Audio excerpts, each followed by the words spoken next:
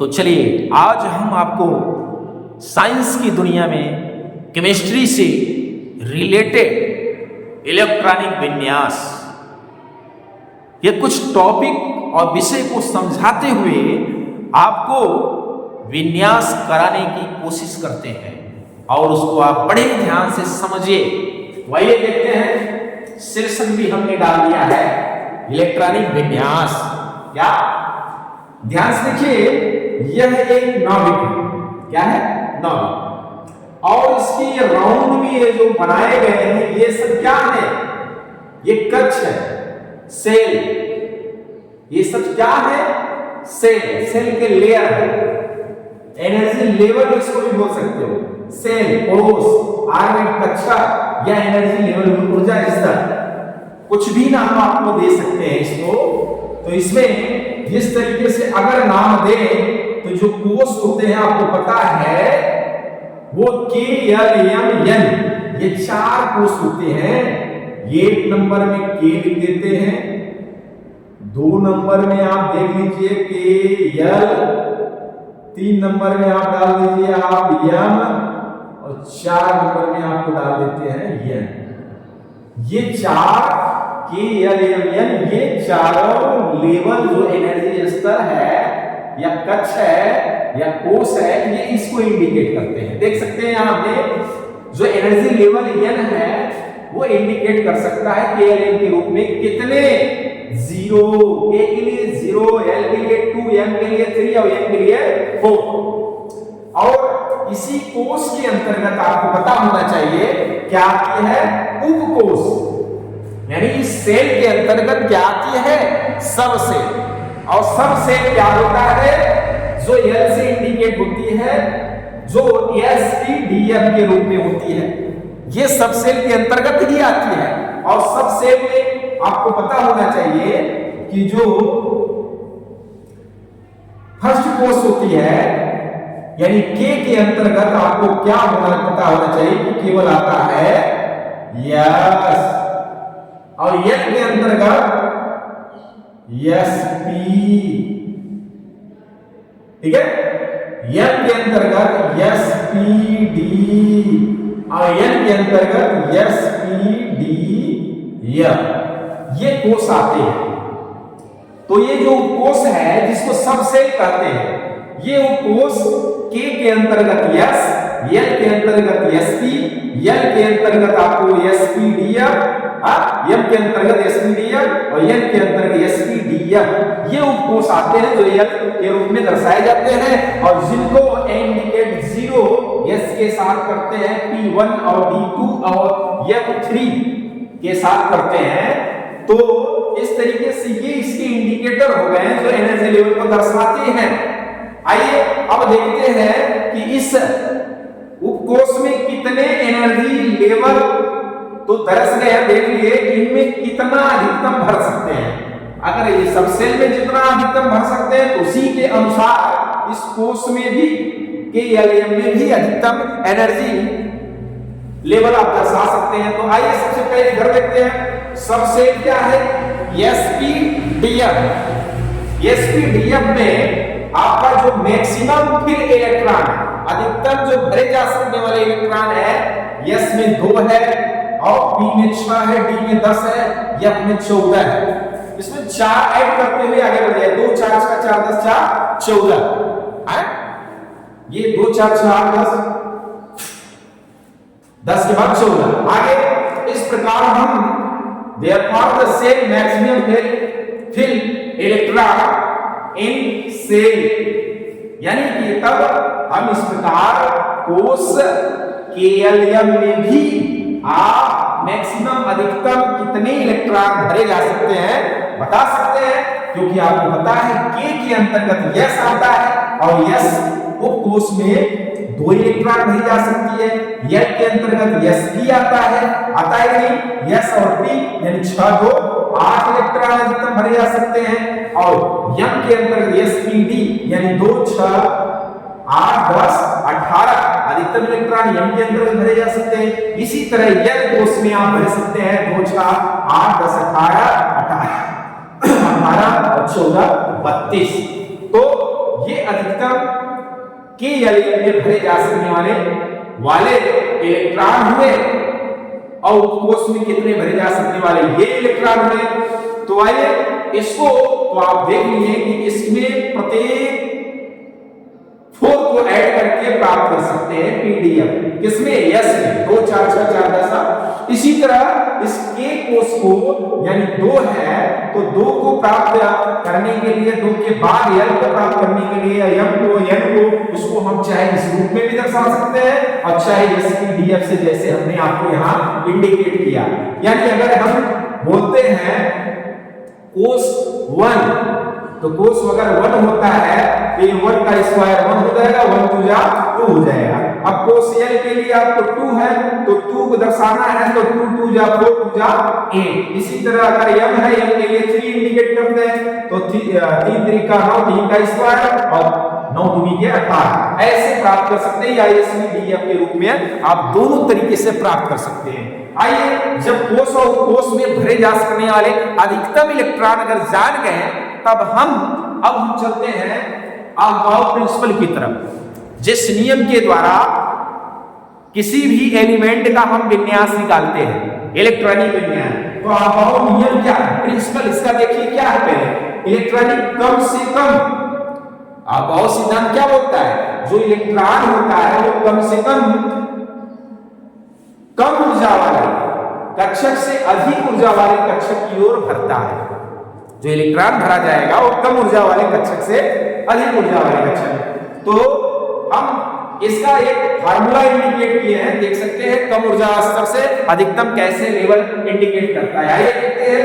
पहले तो आपको 1 से लेकर 7 तक इंडिकेट कर लेना है। ये इस तरह से लिखा जो इसकी एनर्जी लेवल को दर्शाएगी। क्या किसका दर्शाएगी? एनर्जी को ENERGY जो इसकी एनर्जी को दर्शाएगी। 1 2 3 4 5 6 7 और पहले में एस दर्शा डालिए, दूसरे में पीपी दर्शा डालिए, यानी यही subshell s p d f. अब आपको कैसे इंडिकेट करना है ध्यान देना है। 1 से 7 तक एस है लेकिन 2 से स्टार्ट होगा पी और 3 से स्टार्ट होगा डी और 4 से स्टार्ट होगा एफ। ऐसे क्रम में आपको बनाना है। फिर आपको इस तरफ तीर दिखा देना है, देख सकते हो तीर दिखाना इसे है कि यहां से चले तो फिर इस पे आए है।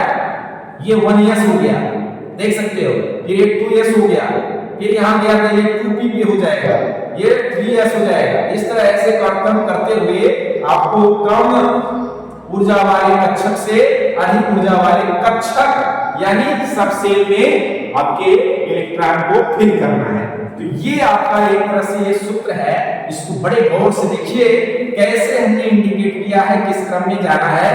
इस सूत्र से ही हम जो इलेक्ट्रॉन का जो विन्यास है हम इस रूप में प्राप्त कर सकते हैं, देख सकते हैं। इस प्रकार इलेक्ट्रॉनिक विन्यास का क्रम इस प्रकार प्राप्त होता है। कैसे देख सकते हैं? इसी रूल्स के अनुसार 1s ध्यान से देखिए, 1s से होकर गए, फिर 2s में गए, फिर 2p में गए, फिर 3s में गए, फिर 3p 4s 3d 4p 5p 5s 4d 5p 6s 4f 5d 6p 7s। इस तरह करते करते करते करते आप ऐसे बढ़ते हुए चले जाएंगे। आपका यह क्रम एक विन्यास का क्रम प्राप्त हो जाता है। ठीक है, तो आइए अब हम कुछ एग्जाम्पल लेकर के आपको विन्यास करके दिखलाते हैं कि कैसे यह विन्यास आपको करना है।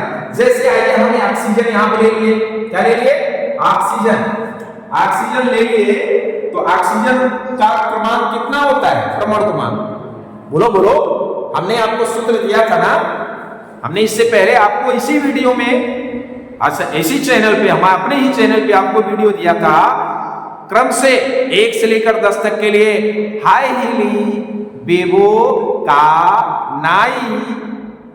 नाई बाल बनाने वाला नाई आंख फोड़ निदान किया, है ना। आंख, आंख ऑक्सीजन, ऑक्सीजन 8 नंबर पे है सूत्र में देखिए। इसी तरह हमने आपको ढेर सारे सूत्र क्रम से दिए हैं, 11 से 20 तक भी दिया है, फिर 21 से 30 तक दिया है। आप देखिए चैनल में जाके देखिए, आपको सारे सूत्र प्राप्त हो जाएंगे। तो इस तरीके से ये आपका 8 नंबर का क्रमांक मान लीजिए है ऑक्सीजन। हम ऑक्सीजन का विन्यास करते हैं तो आपको पता है सबसे पहले क्या है 1s। तो चलिए 1s लिख दिए 1s। अब s पे s जो आपका सबसेट है इसमें अधिकतम कितने इलेक्ट्रॉन फिल किए जा सकते हैं? 2। तो 1s2 ऐसे दर्शाना है। फिर आगे कितना है 2s। चलिए 2s पे 2 ही दर्शाना है, 2 दर्शा दीजिए। फिर आगे कितना है 2p, फिर कॉमा लगा के 2p और p पे अधिकतम कितने दर्शाए जा सकते हैं? 6। अब देखिए 2 2 4 4 6 10, लेकिन आपको चाहिए कितना? सिर्फ 8। तो हमें क्या करना है 2 2 4 तो हो गए और 4 में कितना चाहिए? 4 ही, तो 6 नहीं। तो इसमें जितनी आवश्यकता होगी बस उतना ही दिखाएंगे, 2 2 4 और 4 इसमें p पे। उसको हमें भरना नहीं है कि जितने हैं, आपको जरूरत जितना है उतना ही पे छोड़ देंगे। तो इस तरीके से 2 2 4 और 4 8 से ये कंप्लीट हो जाता है आपका विन्यास ऑक्सीजन का। इसी तरह सोडियम का भी निकाल लीजिए। सोडियम आपको देख सकते हैं Na11 होता है, आपको बताया गया है सोडियम 11 है। तो चलिए 1s पे 2 हो जाएगा, कामा 2s, फिर 2s2 हो जाएगा। 2 2 4 हो चुके हैं, 11 बनाना है, ध्यान देना। इसके आगे कामा लगाइए 2p, p में अधिकतम कितने इलेक्ट्रॉन? 6 भरे जा सकते हैं, तो इसमें 6 लगा दीजिए। कितने हो गए टोटल दे लीजिए इलेक्ट्रॉन? फिर अब 2 2 4 6 10 10 हुआ ना, लेकिन 11 चाहिए। फिर आगे कामा लगाइए 2p के बाद क्या आता है 3s। अब 3s लिख करके इसमें अधिकतम तो 2 भरे जा सकते हैं, लेकिन जरूरत आपको कितने की है? 1 की है, तो बस इतना ही दिखा दीजिए। तो ये हो गया आपका सोडियम का विन्यास। आपको जरूर समझ में आ रही होगी। आइए हम देख लेते हैं कैल्शियम यानी 20 का।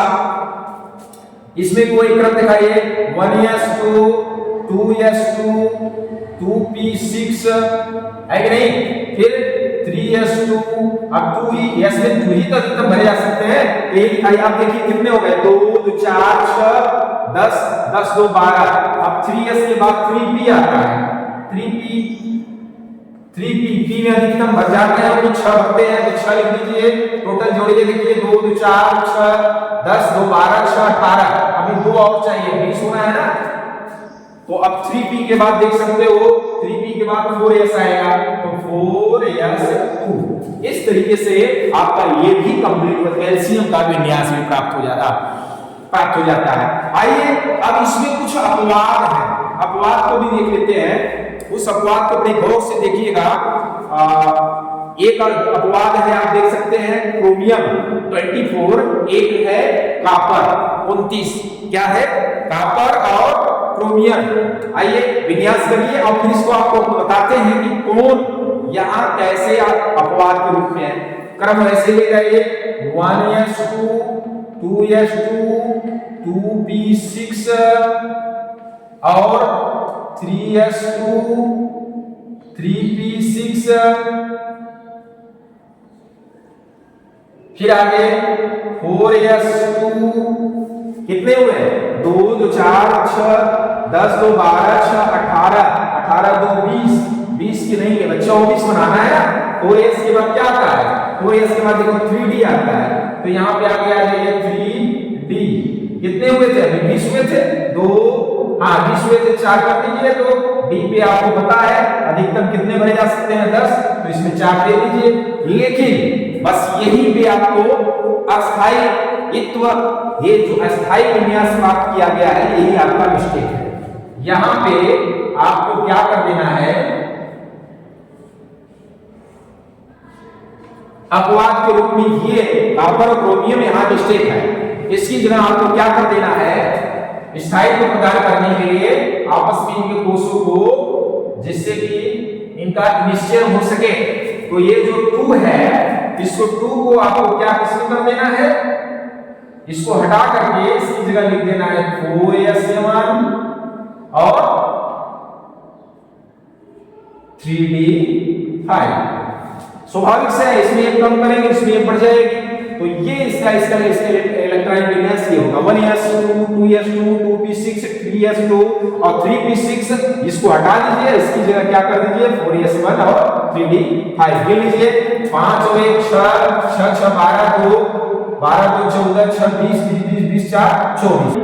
क्रोमियम का अपवाद के रूप में विन्यास करने के बाद अब हम देखते हैं यहाँ कॉपर 21 का भी विन्यास दे लेते हैं।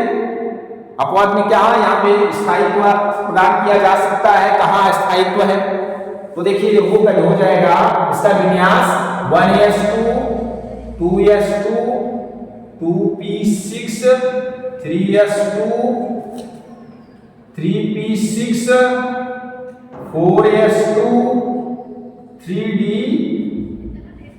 कितना चाहिए, d पे 10 होते हैं लेकिन इसको चाहिए कितने 2 2 4 6 10 2 12 6 18 2 20 20 और 9 चाहिए, इसको 10 होते हैं, 9 की जरूरत है। तो यहां पे ये आपकी हो गई क्या, इसका कॉपर का पूरा विन्यास प्राप्त हो जाता है। तो यहां पे भी क्या 4s2 और 9 जो D के साथ है इलेक्ट्रॉनिक उत्तम भरी गई है D9 3d9, ये अस्थायित्व है यानी अस्थायी है। इसके कक्षक को अस्थायी रूप में भरते हैं, इसको भी स्थायी रूप में बनाने के लिए हमें करना क्या है, क्या करना है, ये जो 4s2 है इसको हमें कर देना है 4s1 और ये जो 3d9 है इसको लिख देना है 3d10। तो इस तरीके से आपका ये अपवाद दोनों यहां पे कंप्लीट होते हैं। अपवाद में यही दो ऐसे हैं यहां पे दर्शाए जो गए हैं, ये अपवाद की श्रेणी में आए हैं, और बाकी अगर तो सब सही साइलेंट है उनके लिए कोई दिक्कत नहीं है, तो अपवाद को ध्यान रखिए। अच्छा, इस अपवाद के विषय में और विस्तृत जानकारी आपको अगले वीडियो में इसकी जब बनाएंगे तो इसमें आपको जरूर देंगे ये अस्थायी कैसे है, स्थायित्व कैसे प्रदान किया गया है, अपवाद क्यों हुआ है। तो हम इस वीडियो को यही समाप्त करते हैं। मेरे प्यारे बच्चों, अगर वीडियो पसंद आई हो तो इसको लाइक शेयर और सब्सक्राइब करें ताकि हमारे ऊपर कुछ इसका इफेक्ट पड़े आप लोगों का, और हम उत्साहित होकर के आपके लिए ऐसे इसी तरह काफी अच्छी वीडियो आपको देते रहे। तो इस वीडियो को हम यही समाप्त करते हैं। धन्यवाद।